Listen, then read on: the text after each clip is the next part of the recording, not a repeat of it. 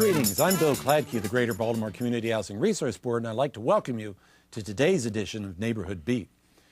Our guest today is Mr. Scott Holupka, who is president of the Greater Dundalk Community Council and past president of the Dundalk Renaissance Corporation.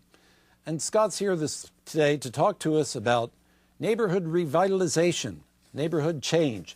What goes into it? How do neighborhoods change? How do neighborhoods change?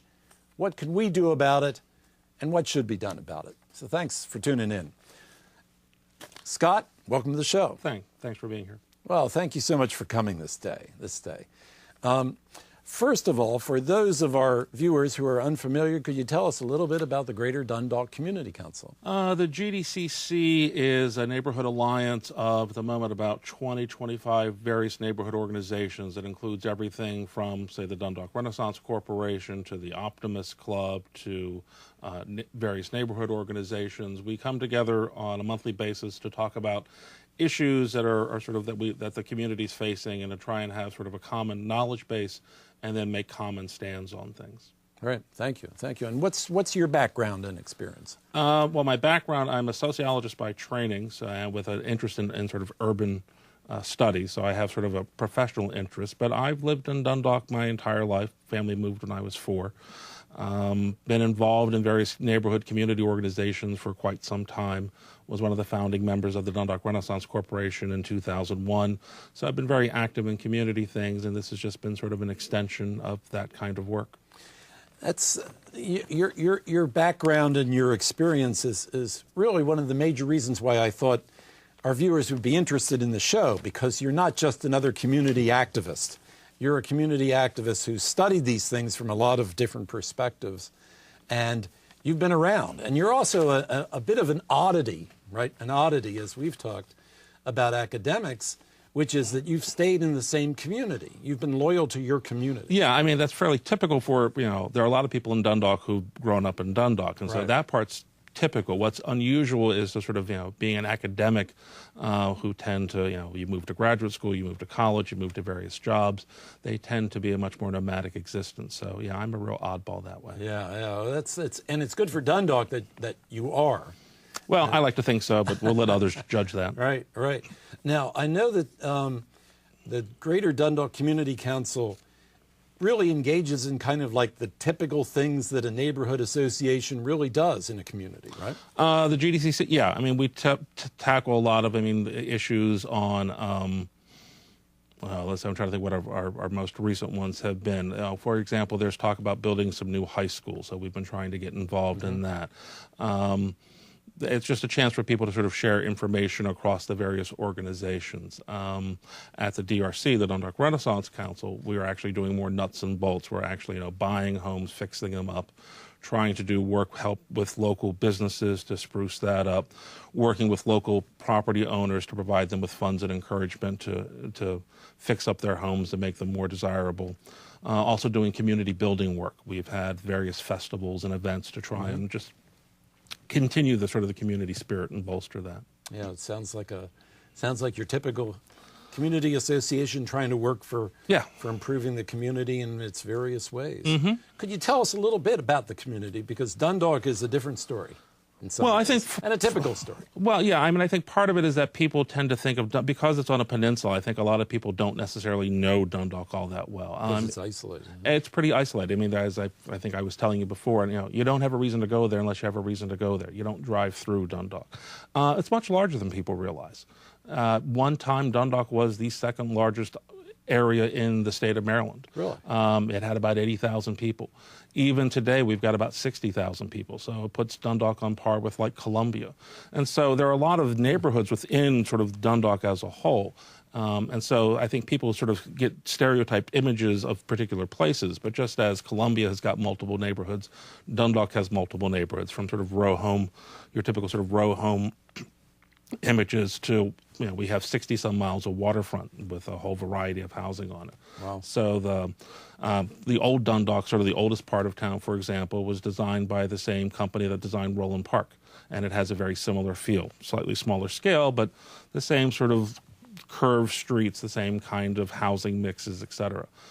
So it's a much more mixed place than I think most people realize. Yeah, most people's stereotype of Dundalk is a kind of a working class steel town.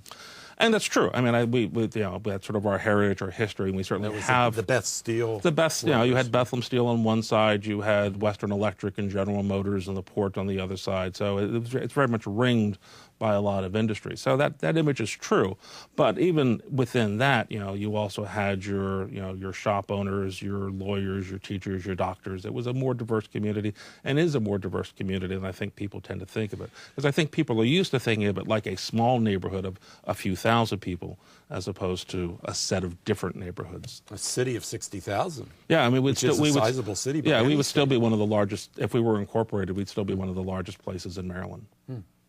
And Dundalk has its heyday, if you will, in terms of population and in terms of income, if you will, median income was probably the 50s? 60s, 70s, up to about 1970, sure. That's when you had that's when blue-collar jobs paid really well. Bethlehem and the other places were doing well. And you had a lot of the homes were built, so you had families where you were younger, they had more children. So, yeah, you had a lot larger. Like I said, we were about 80,000. Now we're down to about 60,000. Although I think this is important for a lot of communities. I think a lot of that population drop, people hear that and assume that people have left, whereas I don't think that's true. I think what's happened in Dundalk, and again happens in lots of communities, is that families age. So what used to be mom, dad, and 4 kids, or 2 kids, so you had 4 people, is becomes mom and dad. So it's dropped in half, and now it maybe is an 80-year-old widow. The population has dropped a great deal, but you still have people living in their same home. There's actually a great deal of stability. But it looks like you've had people leaving, and it's a different phenomenon. It's quite different because if it's a college student or somebody leaving for a job somewhere. Oh, sure. I mean, you expect that's very kids, different than somebody abandoning a right. You expect kids to grow up and leave the house, but we don't really think about that when we look at these sort of big numbers. That's a good point. I think the same thing's true for. I look at like Baltimore City's population. I think we're often not using the right yardstick. Really. Yeah, and then you have the difference between in the 1950s, 1960s. Most families had 2 or 3 kids. Now you've got 1 or 2 kids. So even if you have the same number of families, you've got a smaller population. It's not necessarily the best measure. Yeah. Part of what when people ask me about Dundalk, and I'm a member of the board of directors of the Community Assistance Network, which is based in Dundalk, but which has offices and provides services across the county. But because it's based in Dundalk, people think of it as a Dundalk place. It has an interest. I mean, every neighborhood has, in this case, city, has a kind of a stereotype built around it. But in Dundalk's case, that's been a limiting factor and in some ways a community solidarity factor.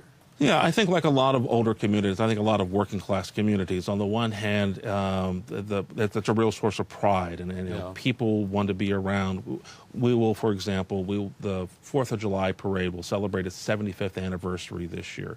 It is the longest running 4th of July parade in the state, maybe in the nation. And actually there was a break, and then it goes back to like the early 1900s. So that sense of pride and of community spirit really, I think, drives a lot of people to want to stay in Dundalk or want to come back to Dundalk. At the same time, it can also be a somewhat limiting factor. People may, particularly a lot of kids may want to grow up and they want to sort of break out of that. And those kind of images, again, if you're not familiar with Dundalk, you get a very sort of particular sense of what it looks like. When I bring people down and often show them around, they go, well, this is not what I thought it was. There's a lot more there, and it's a lot more varied than people anticipated. Give us